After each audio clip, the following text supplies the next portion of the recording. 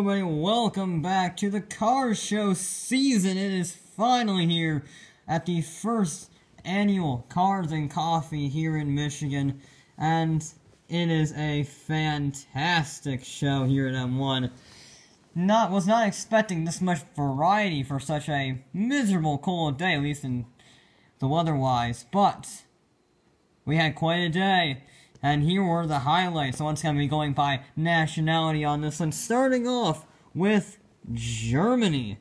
Now, Germany was not quite as represented this year, but they did have some interesting cars like this Mercedes 280 SL. Only saw it in Forza before, so seeing it in person is always a welcome sight. I like seeing that. There was another Mercedes. Yeah, it was distinctive. Quite distinctive, in fact. And BMW was an appearance with not only a finger, but a 2002 Turbo. Lots of M4s as well, but I want to focus on these two because they're different. Lots of BMW M3s and M4s, but look at that!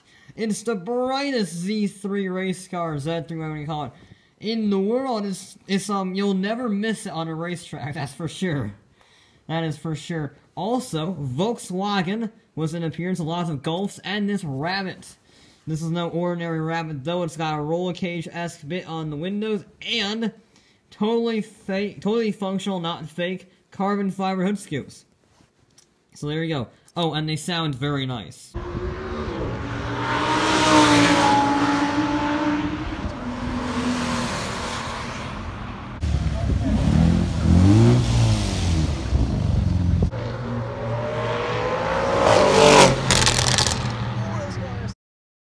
Moving on to Italy. They are the Axis powers, after all. Ferraris are a fair few in attendance. A lot of Ferraris, I'd was a notable one. Same thing with this Alpha Spider. I love a classic Alpha. I'm surprised it made it here, but there you go. Lamborghini, lots of Lamborghinis, including a brand new Urus. I did not expect to see that here. And then there were the usual Aventadors, and I call it Lamborghini Alley, because there were a lot of them in this one section. Huracans, Murciélagos, and of course, the crown jewel of them all, the Diablo. Specifically, the Diablo SV. A very close contender for best in show for me. I love it. It's bright yellow with black highlights. That with the hood scoop, with the roof scoop. Sorry. That is infinitely cool from every angle. I absolutely love it. Definitely one of my personal favorites at show. But it's not quite my personal favorite, because Alfa Romeo had a trick up their sleeve. Not only did they bring a 154, basically the road version of the BTCC champion, but also they brought a Giulia, I can't pronounce it. Very cool classic 60s coupe, and a modern-day representation of the Alphaholics GTAR racing car. It's modern. It's a modern-day classic. It's absolutely brilliant to look at, very fast, and very unique. So, always a win when you see something new, and also costs about 300 grand. So, very expensive and very cool. But my personal favorite goes to this other Italian manufacturer, Lancia. Lancia has returned. I've only seen 4 Lancias in my life, and 2 of them were here. This 1950s coupe. I don't remember the name of it. I think it's a Thelma? Thelma? Not sure, but it's very cool to see a Lancia in general. And then we had the best in show, the Delta Integrale HF. Yes, there was a Delta here. Oh, I was so happy. Words cannot describe how happy I was to see this in this car show. It's one of my personal favorite cars in the world, the Lancia Delta, because it won the World Rally Championship 6 times in 6 years. That's pretty darn good. And seeing the road version of it, I think this is the 1990-1991 version, because it says World Rally Championship on the rear end. And, oh, that was by far my favorite car in show. I love it. It looks better in person than it does in video games. Trust me. Oh, it's a gorgeous car. Now, granted, the peppiest car, if you will, by far, was the Fiat Abarth. Did not expect it, but it made quite a surprising noise from a small car.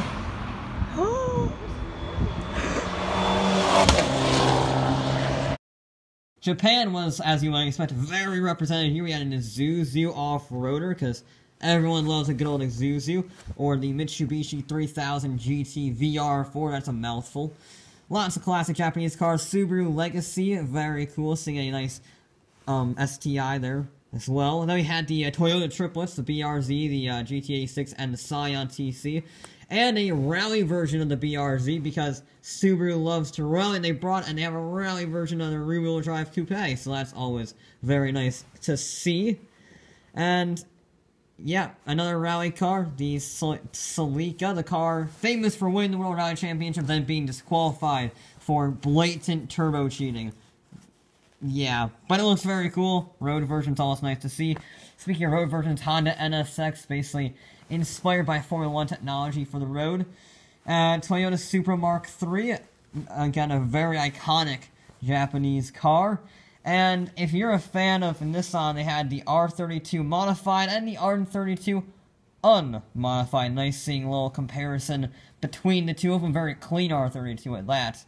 And oh boy, if you like Evos and Subarus, there were so many STIs and Evos there. It was unbelievable. And you would love every single one of them, except for maybe this one. That is the dangers of having a racing car. But Honda gets a nomination for Best in Show as well with this little baby pickup truck from literally straight from Japan, imported. Not is it a key car, I think is how you pronounce it, but it's also got 350 kilograms in Japanese writing on the back. So it's also nice to see these out-of-state cars. Mazda brought their Super Cup car, which is a turnkey race car from the factory, nice to see.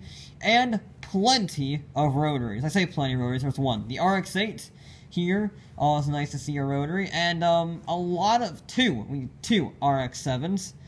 However, the RX-7s seem to have an interest in V8 swaps. Both of them had V8 swaps in them, which I did not expect. But there you go, always nice to see a Mazda in its almost true form. Move on to England, and come on, what's more British than the Mini with the Union Jack on top? It's even got a wide body on it, it's a proper classic Mini. And speaking of classic Minis, they were all over the place. I love the classic Mini, it's such a timeless car. Seeing it is always a wonderful sight, it's so adorable. And there weren't just classic Minis, there was this one, the Mini Cooper GP from 2013, the John Cooper Works GP. Always nice to see it, only saw it in racing games, so seeing it in real life is always a pleasure. But the best one by far was the Mini Moke from the 1960s. Yes, they had two Mini Mokes in attendance today. They were never sold in the US, so seeing them here is quite rare, so seeing two of them at all is incredible. It's basically a Royal Marines military Mini. I love it just because it exists at all. Speaking of the British, we got a classic wooden Morgan, because who doesn't want a wooden sports car in their life? Oh, and Lotus had a few in attendance, always good to see those. But we move on from Britain to America. Now, I actually saw the Blues Brothers on Friday the day before, so seeing the Bluesmobile, come on. Who doesn't love a 1970s Dodge sedan police car? And then there were the supercars. There were quite a few in attendance for America. Obviously, a whole bunch of GTs and a nice little parade going by on the way out. And that's just a tip of an American iceberg here, as you might expect being in America after all. There were a lot. There were Vipers aplenty. I don't know if that is the Hennessy version. It might be. It might also be a stock one. The ACR Viper from 1999. Always great to see an ACR. This is a Corvette ZR1 with a slight carbon fiber modification and a not-so-slight turbocharger. It is slightly turbocharged. Another turbocharged car, the Eagle Talon, from all the way back from Forza 1 was here. Unique seeing that. More turbo goodness with the Buick Regal GNX, faster than a Ferrari F40, that thing. Always great to see a GNX. And a Dodge Shelby off-road thingy. I don't know what that is, but it's cool. I always like custom cars. You know, we have some cruisers, we got some modifieds, and nice seeing the creativity and variety here. But we all know that it's gonna be a million classic American muscle cars. Dodge Charger being one of the more iconic ones to show up, with the iconic lines on the back. Talladega was very long. It was probably 20 feet long, this Talladega, but very clean, I'll give it that. Fast and Furious-esque Charger was also here, as well as this thing. I don't know what it is, but it has a very interesting shaped hood, and I would imagine the dragster. Very weird hood scoop, but I like that. Obviously, Shelby Cobra replica in Kona Blue. Perfect car. Probably one of the best in show. The only true car to pull off royal purple paint. The 1970 Dodge Challenger. Another great selection.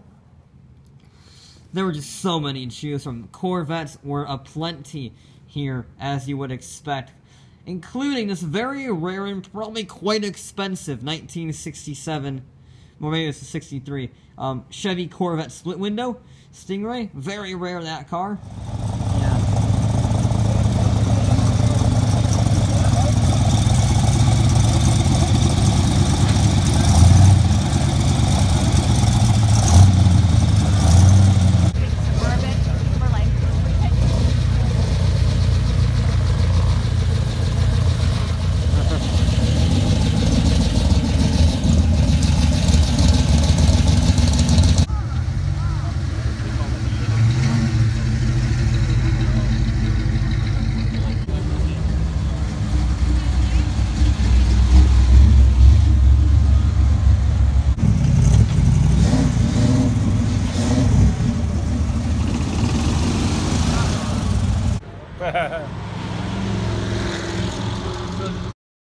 And then there were some other vehicles in attendance that didn't really fit any specific category, like the Volvo C30R design, or the Saab 9.3 Viggen. I love a Viggen. So underrated performance car. So great. And then a policeman just showed up. Was his car and started talking about it, showed off his police car. Great community involvement. I don't know what this is. I think it's a custom-built car. It's crazy lightweight. It looks absolutely mental, and has a very big V8 shoved behind the axle but in front of the driver. I love it. Custom cars. I can't really call this a car. It's more like a go-kart. I mean, it takes weight saving to the extreme. I don't think you can make that car any lighter, really.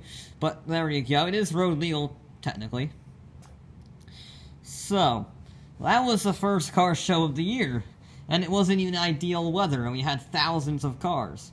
So, if that's the beginning, I cannot wait when it gets really going. And this is looking to be like one heck of a year. So, I'll be back with more.